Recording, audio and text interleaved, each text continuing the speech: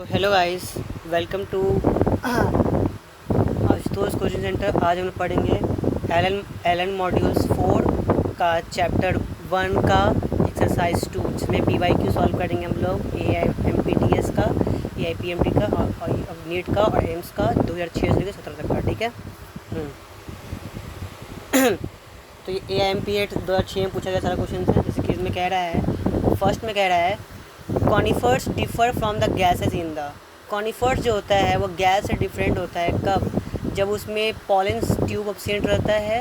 ये सेकंड कह रहा है formation of endosperm before the fertilisation, मतलब कि जो इंडोस्पर्म को जो फर्टिलाइजेशन होता है, फॉर्मेशन जो होता है बिफोर फर्टिलाइजेशन, मतलब कि फर्टिलाइजेशन से पहले जो होता है, जो फर्टिलाइजेशन से पहले जो इंडोस्पर्म बनता है, क्या उसमें उस कारण से कॉनिफर अलग होता है गैस से, ग्रासेस से? नहीं। आगे देखते हैं third number, production of seeds from ovule, जब ओव्यूल्स से कोई सीड का फॉर्मेशन होता है। या चौथा लैक ऑफ जाइलम क्लोराइड्स। तो याद रखना हमारा करेक्ट आंसर जाएगा सेकंड तरफ, क्योंकि कॉनिफर जो होता है वो ग्रास से अलग होता है कब? जब देखो, कॉनिफर जो होता है ना ग्रास से अलग जब होता है जब फर्टिलाइजेशन पहले जो इंडोस्पर्म बनता है ना वो बिल्कुल ही ग्रासेस से सिमिलर होता है। ठीक है। हाँ, तब ग्रास जो होता है वो कॉनिफर से अलग होता है। ठीक है। तो हमारा करेक्ट आंसर जाएगा फर्स्ट का सेकंड, जो कि है formation of endosperm before fertilisation. उसके बाद कह रहा है second number, the thalloid body of slime mould. मतलब स्लाइम मोड का जो ये थैलॉइड बॉडी है, जिसे हम लोग मिक्सोमाइसिट कहते हैं, इज नोन एज।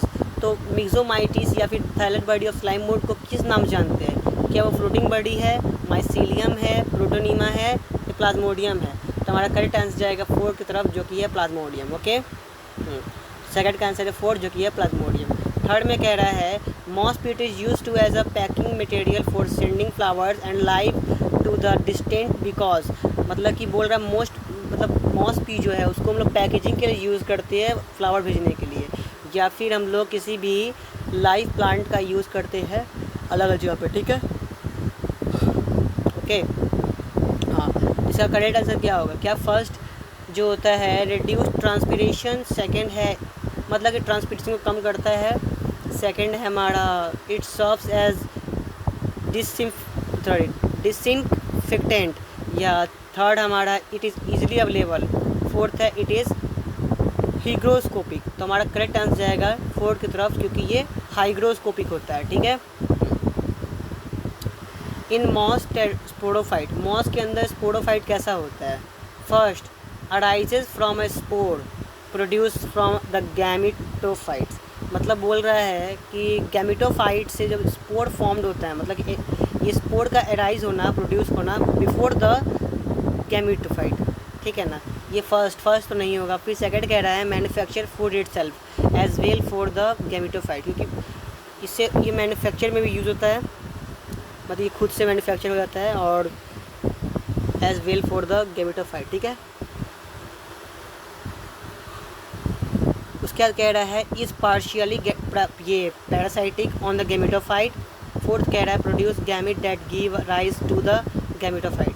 तो ये partially parasitic on the gametophyte है, मतलब कि इसका ये जो काफ़ी जब पार्शियली पैरासाइटिक है किसी भी गैमिटोफाइट पर। ये चौथा बोल रहा है produce gametes that give rise to the gametophyte, ये गैमिट प्रोड्यूस करता है गैमिटोफाइट के दौरान। तो हमारा करेक्ट आंसर आएगा थर्ड की तरफ, क्योंकि ये पार्शियली पैरासाइटिक होता है किसी भी गैमिटोफाइट के ऊपर।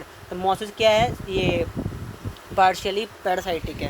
उसके बाद कह रहा है हमारा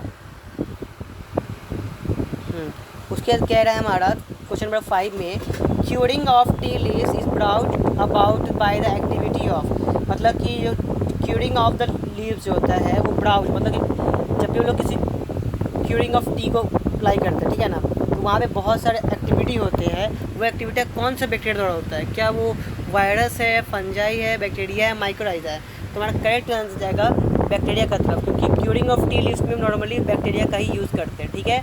जो कि बाद में bring activity about the activity of bacteria show करता है। ठीक है।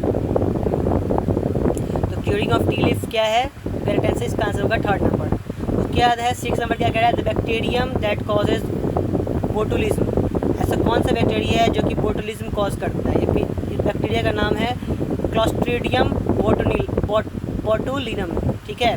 तो फर्स्ट ऑप्शन है फैकल्टेटिव एरोब, सेकंड है ऑब्लिगेट एरोब, थर्ड है फैकल्टेटिव एनारोब, चौथा है हमारा एनऑब्लिगेट एनारोब। ठीक है, तो हमारा करेक्ट आंसर जाएगा एनऑब्लिगेट एनारोब, क्योंकि जो ये बैक्टीरिया होता है बॉटुलिज्म, ये क्या करता है, एक ऑब्लिक एनारोबिक कंडीशन में होता है, जिसका मतलब क्या कह रहा है, बोल रहा है the bacteria that causes botulism. ऐसा कौन सा बैक्टीरिया है जो कि बॉटुलिज्म कॉज करता है? तो एक ऑब्लिक एनारोब मतलब एनारोबिक बैक्टीरिया होता है जो कि ईजिली ही इस बैक्टीरिया को कॉज करता है। ठीक है, तो 6 का हमारा करेक्ट आंसर जाएगा 4, जो कि है एनऑब्लिगेट एनारोब।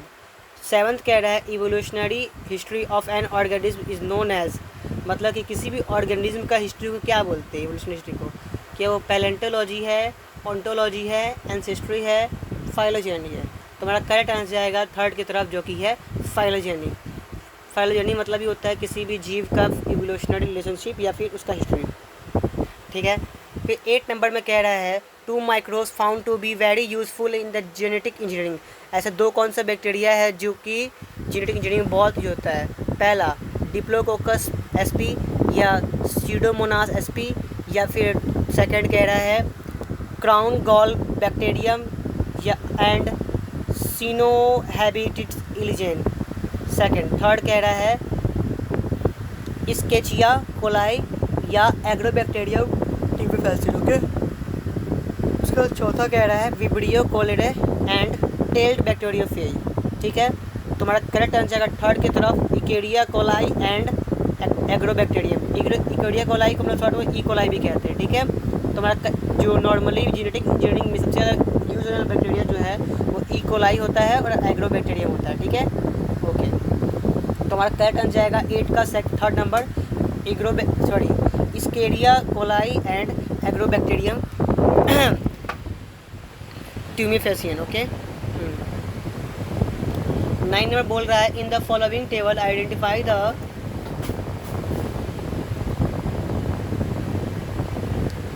कोई नहीं सर चूहा था। 9 नंबर में कह रहा है in the following table identify the correct matching on the crop aids disease and the corresponding pathogen. मतलब कि ये मैच द फॉलोइंग करना है कि कौन सा क्रॉप, कौन सा डिजीज़ और कौन सा पैथोजन होता है।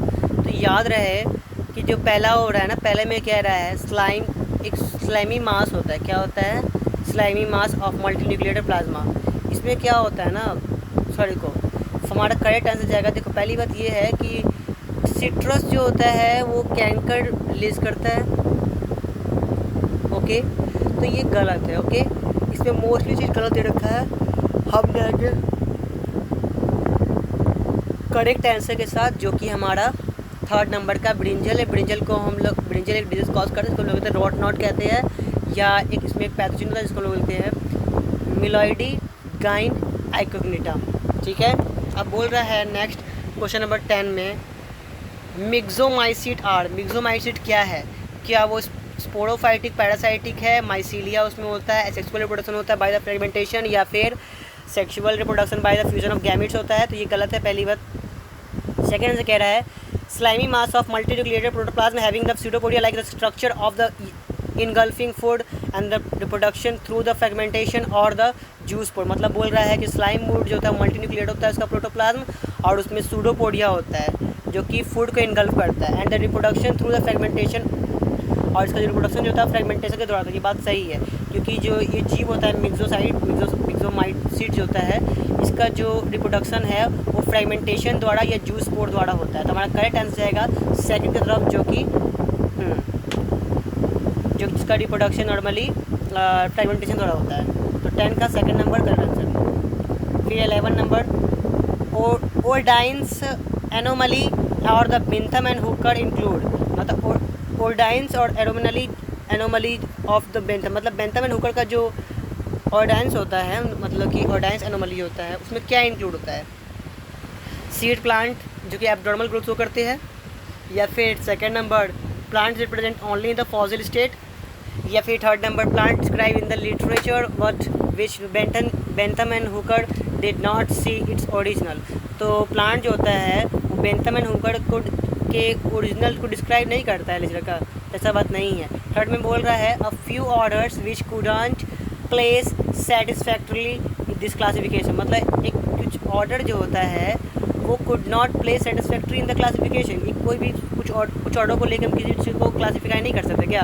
तो हाँ, हमारा करेक्ट आंसर है 4th नंबर, जो कि बेंथम एंड हुकर ने इंक्लूड था। ठीक है। उसके बाद कह रहा है 12 नंबर में, in prokaryotic and the chromatophores are. Prokaryotic chromatophores में क्या होता है, क्या वो स्पेशलाइज्ड ग्रेन्यूल्स रिस्पॉन्सिबल होते हैं पोलराइजेशन के लिए ऑफ सेल के लिए, या फिर सेकंड नंबर बोल रहा है structure responsible for the organising the shape of the organism, किसी भी ऑर्गेनिज्म के शेप बनाने के लिए काफ़ी इंपॉर्टेंट होता है। तो नहीं। इंक्लूजन बॉडी होता है, नहीं होता है। उसके बाद लास्ट में कह रहा है internal membrane system that may be cause extensive and the complex photosynthetic bacteria. तो हाँ, ये क्या करता है, ये इंटरनल मेम्ब्रेन सिस्टम इसके अंदर होता है, जो कि एक्सटेंसिव और काफ़ी कॉम्प्लेक्सिटी शो करता है। ठीक है। फोटोसिंथेसिस हमारा करेक्ट आंसर जाएगा 12 का 4th नंबर। हाँ, तो गाइज इस सब चीज़ को आप नोट करते रहे, क्योंकि मेरा मेन मोटो है आपको प्रैक्टिस कराना है। ये सारे क्वेश्चन आपको यहाँ पे करवा दे रहा हूँ, ताकि घर जाके आप इसको ट्राई करो और इसको लिख लो कहीं पे, ठीक है, ताकि आपके काम आ जाए। उसके बाद आता है 13 number, which one of the following bacteria slime mood. इसमें से कौन सा स्लाइम मूड बैक्टीरिया का एग्जाम्पल है, क्या वो एनाबीना है, राइजोपस है, फाइसेरम है, थायोबाइसिलस है। तो हमारा करेक्ट आंसर आएगा ये फाइसेरम। ठीक है। तो फाइसेरम ही स्लाइम मूड का बेस्ट एग्जांपल, इसमें तो स्लाइम मूड फाइसेरम ही है। 14 में बोल रहा है in the prothallus of vascular cryptogams and the antherozoids and eggs mature at the different times as result. मतलब कि बोल रहा प्रोथैलस ऑफ वेस्कुलर, मतलब किसी भी क्रिप्टोगैम्स का जो प्रोथैलस होता है उसमें एंथ्रोजॉइड एग्स का जो मेच्योर होता है वो डिफरेंट टाइम का होता है क्या, एज ए रिज़ल्ट। उसके रिज़ल्ट में क्या दिखता है, मतलब कि जो, हाँ मैं समझ रहा हूँ ना, कि एक डिफरेंट टाइम में उसका जो मेच्योरिटी होता है एंथ्रोजॉइड और एग्स का, क्या रिजल्ट शो करता है। तो पहली बात कि सेल्फ फर्टिलाइजेशन इज़ प्रिवेंटेड। तो हाँ, हमारा आंसर करेक्ट है फर्स्ट, क्योंकि वो खुद से ही फर्टिलाइज कर लेता है और उसमें कोई भी चेंजिंग नहीं होता है। ठीक है ना, जिस कारण से फर्टिलाइजेशन तो नहीं होगा। फिर थर्ड ऑप्शन बोल रहा है there is a high degree of sterility, उसमें काफ़ी ज़्यादा हाई मात्रा में स्टर्टिलिटी होता है। तो नहीं। One can conclude that the plant apomicity, तो ऐसा कोई प्लांट नहीं जो एपोमिसिटी शो करे। तो वह करेक्ट आंसर जाएगा फर्स्ट की तरफ, जो कि है सेल्फ फर्टिलाइजेशन इज़ प्रिवेंटेड। तो 14 का करेक्ट आंसर है फर्स्ट। ओके।